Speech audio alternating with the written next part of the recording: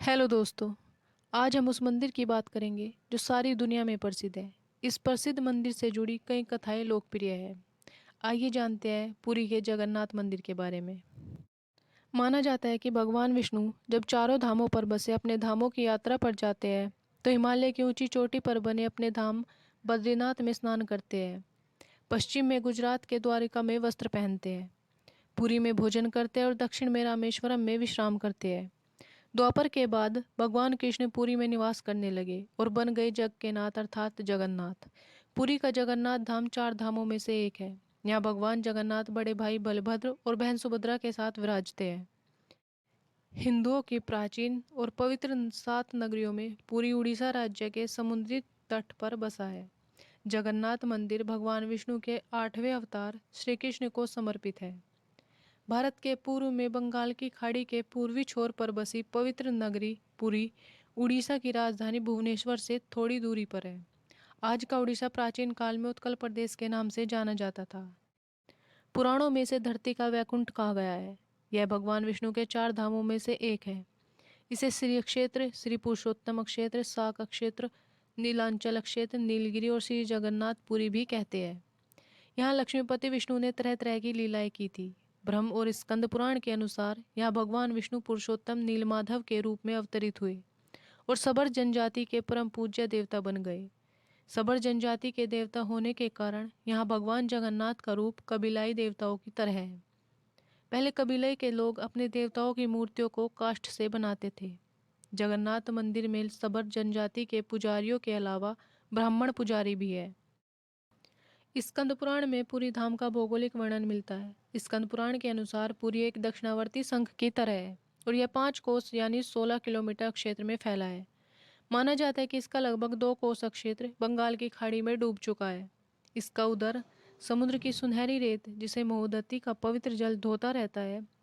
सिर वाला क्षेत्र पश्चिम दिशा में है जिसकी रक्षा महादेव करते हैं। शंख के दूसरे घेरे में शिव का दूसरा रूप ब्रह्म कपाल मोचन विराजमान है। माना जाता है कि भगवान ब्रह्मा का एक सिर महादेव की हथेली से चिपक गया था और वह यहीं आकर गिरा था। तभी से यहाँ पर महादेव की ब्रह्म रूप में पूजा करते हैं। शंख के तीसरे व्रत में माँ विमला और नाभि स्थल में भगवान जगन्नाथ रत्न सिंहासन पर विराजमान है। अगर इस मंदिर के इतिहास की बात करें तो इस मंदिर का सबसे पहला प्रमाण महाभारत के वन पर्व में मिलता है। कहा जाता है कि सबसे पहले सबर आदिवासी विश्ववसु ने नीलमाधव के रूप में इनकी पूजा की थी। आज भी पुरी के मंदिरों में कई सेवक हैं जिन्हें दैतापति के नाम से जाना जाता है। एक बार की बात है, राजा इंद्रद्युम्न मालवा का राजा था जिनके पिता का नाम भारत और माता का नाम सुमति था। राजा इंद्रद्युम्न को सपने में भगवान जगन्नाथ के दर्शन हुए थे। कई ग्रंथों में राजा इंद्रद्युम्न और उनके यज्ञ के बारे में विस्तार से लिखा है। उन्होंने यहाँ कई विशाल यज्ञ किए और एक सरोवर बनवाया। एक रात भगवान विष्णु ने उनको सपने में दर्शन दिए और कहा कि नीलांचल पर्वत की एक गुफा में मेरी एक मूर्ति है, उसे नीलमाधव कहते हैं। तुम एक मंदिर बनवाकर उसमें मेरी यह मूर्ति स्थापित कर दो। राजा ने अपने सेवकों को नीलांचल पर्वत की खोज में भेजा और उन्हीं सेवकों में से एक था ब्राह्मण विद्यापति। विद्यापति ने सुन रखा था कि सबर कबीले के लोग नीलमाधव की पूजा करते हैं और उन्होंने अपने देवता की इस मूर्ति को नीलांचल पर्वत की गुफा में छुपा रखा है। वह यह भी जानता था कि सबर कबीले का मुखिया विश्वसु नीलमाधव का उपासक है और उसी ने मूर्ति को गुफा में छुपा रखा है। चतुर विद्यापति ने मुखिया की बेटी से विवाह कर लिया। आखिर में वह अपनी पत्नी के जरिए नीलमाधव की गुफा तक पहुंचने में सफल हो गया। उसने मूर्ति चुरा ली और राजा को लाकर दे दी। विश्ववसु जो कबीले का मुखिया था, अपने आराध्य देव की मूर्ति चोरी होने से बहुत दुखी हुआ। अपने भक्त के दुख से भगवान भी दुखी हो गए। भगवान गुफा में वापस लौट आए, लेकिन साथ ही राजा इंद्रद्युम्न से वादा किया कि वो एक दिन उनके पास जरूर लौटेंगे, बशर्ते कि वो एक दिन उनके लिए विशाल मंदिर बनवा दे। राजा ने मंदिर बनवा दिया और भगवान विष्णु से मंदिर में विराजमान होने के लिए कहा। भगवान ने कहा कि तुम मेरी मूर्ति बनाने के लिए समुद्र में तैर रहा पेड़ का बड़ा टुकड़ा उठाकर लाओ, जो द्वारिका से समुद्र में तैरकर पुरी आ रहा था। राजा के सेवकों ने उस पेड़ के टुकड़े को तो ढूंढ लिया, लेकिन सब लोग मिलकर भी उस पेड़ को नहीं उठा पाए। तब राजा को समझ आ गया कि नीलमाधव के अनन्य भक्त सबर कबीले के मुखिया विश्वसु की ही सहायता लेनी पड़ेगी। सब उस वक्त हैरान रह गए जब वसु भारी भरकम लकड़ी को उठाकर मंदिर तक ले आए।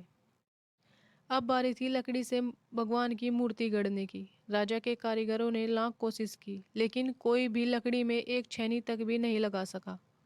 तब तीनों लोगों के कुशल कारीगर भगवान विश्वकर्मा एक बूढ़े व्यक्ति का रूप धरकर आए। उन्होंने राजा को कहा कि वे नीलमाधव की मूर्ति बना सकते हैं, लेकिन साथ ही उन्होंने अपनी शर्त भी रखी कि वे 21 दिन में मूर्ति बनाएंगे और अकेले में बनाएंगे। कोई उनको बनाते हुए नहीं देख सकता। उनकी शर्त मान ली गई और कमरे को बंद कर दिया। लोगों को आ रही छेनी हथौड़ी की आवाजें आती रही। राजा इंद्रद्युम्न की रानी गुड़िंचा अपने को रोक नहीं पाई। वह दरवाजे के पास गई तो उसे कोई आवाज़ सुनाई नहीं दी। वह घबरा गई कि उसे लगा बूढ़ा कारीगर मर गया है। उसने राजा को इसकी सूचना दी। अंदर से कोई आवाज़ नहीं सुनाई दे रही थी तो राजा को भी ऐसा लगा। सभी शर्तों और चेतावनियों को दरकिनार करते हुए राजा ने कमरे का दरवाजा खोलने का आदेश दिया। जैसे ही कमरा खोला गया तो बूढ़ा व्यक्ति गायब था और उसमें 3 अधूरी मूर्तियां पड़ी मिली। भगवान नीलमाधव और उनके भाई के छोटे छोटे हाथ बने थे, लेकिन उनकी टांगें नहीं थी, जबकि सुभद्रा के हाथ पांव बनाए ही नहीं गए थे। राजा ने इसे भगवान की इच्छा मानकर इन्हीं अधूरी मूर्तियों को स्थापित कर दिया। तब से लेकर आज तक तीनों भाई बहन इसी रूप में विद्यमान है। वर्तमान में जो मंदिर है वह 7वीं सदी में बनवाया था। हालांकि इस मंदिर का निर्माण 2 ईसा पूर्व में भी हुआ था। यहाँ स्थित मंदिर 3 बार टूट चुका है। 1174 ईस्वी में ओडिशा शासक अनंग भीमदेव ने इसका जीर्णोद्धार करवाया था। मुख्य मंदिर के आसपास लगभग 30 छोटे बड़े मंदिर स्थापित हैं। इस मंदिर से जुड़े कुछ रोचक तथ्य और रहस्य भी है। जगन्नाथपुरी मंदिर की 3 मूर्तियों को हर 12 साल में बदल दिया जाता है और मंदिर में पुरानी मूर्तियों के स्थान पर नई मूर्ति स्थापित की जाती है। जगन्नाथ मंदिर में मूर्ति बदलने की प्रक्रिया बहुत ही रोचक है, क्योंकि जिस समय इस मंदिर की मूर्तियों को बदला जाता है उस समय पूरे शहर की बिजली काट दी जाती है और मंदिर के चारों ओर घोर अंधेरा छा जाता है। मंदिर में किसी के भी प्रवेश पर पूर्ण प्रतिबंध है और केवल मूर्ति बदलने वाले पुजारी को ही मंदिर के अंदर जाने की अनुमति है। मूर्तियों को बदलते वक्त पुजारी की आंखों पर भी पट्टी बांधी रहती है। उसके बाद इस मंदिर में मूर्तियां बदलने का सिलसिला शुरू होता है। पुरानी मूर्तियों की जगह नई मूर्तियां स्थापित की जाती है। पुरी का यह जगन्नाथ मंदिर समुद्र के किनारे स्थित है। इस मंदिर में सिंह द्वार है। इस सिंह द्वार के बारे में कहा जाता है कि जब कोई भक्त इस मंदिर में आता है तब तक उसके कदम सिंह द्वार के अंदर नहीं जाते, उसे समुद्र दिखाई नहीं देता। लहरों की आवाज़ सुनाई देती है, लेकिन जैसे ही उसका कदम सिंह द्वार के अंदर प्रवेश करता है लहरों की आवाज़ गायब हो जाती है, जो आज भी एक रहस्य है। हुआ है। इस मंदिर के शिखर पर एक लाल झंडा लगा हुआ है। इस झंडे की एक रोचक बात है कि इस झंडे को हर दिन बदला जाता है, क्योंकि माना जाता है कि अगर किसी भी दिन इस झंडे को नहीं बदला गया तो मंदिर अगले 18 सालों के लिए बंद हो जाएगा। आपको जानकर हैरानी होगी कि यह झंडा हमेशा हवा के विपरीत दिशा में फहराता है। कहा जाता है कि जगन्नाथ मंदिर की रसोई दुनिया की सबसे बड़ी रसोई है। इस रसोई में 500 रसोइया और उनके 300 सहायक काम करते हैं। इस रसोई के बारे में यह भी कहा जाता है कि इस मंदिर में भले ही लाखों श्रद्धालु आए, लेकिन इस रसोई का प्रसाद कभी भी कम नहीं होता। लेकिन जैसे ही मंदिर के द्वार बंद होने का समय आता है प्रसाद अपने आप खत्म हो जाता है। यह बहुत ही आश्चर्य की बात है। आशा करते हैं कि आपको ये वीडियो पसंद आया हो। ऐसे ही और वीडियो पाने के लिए हमारे चैनल को सब्सक्राइब कीजिए और बेल आइकन दबाना न भूलें।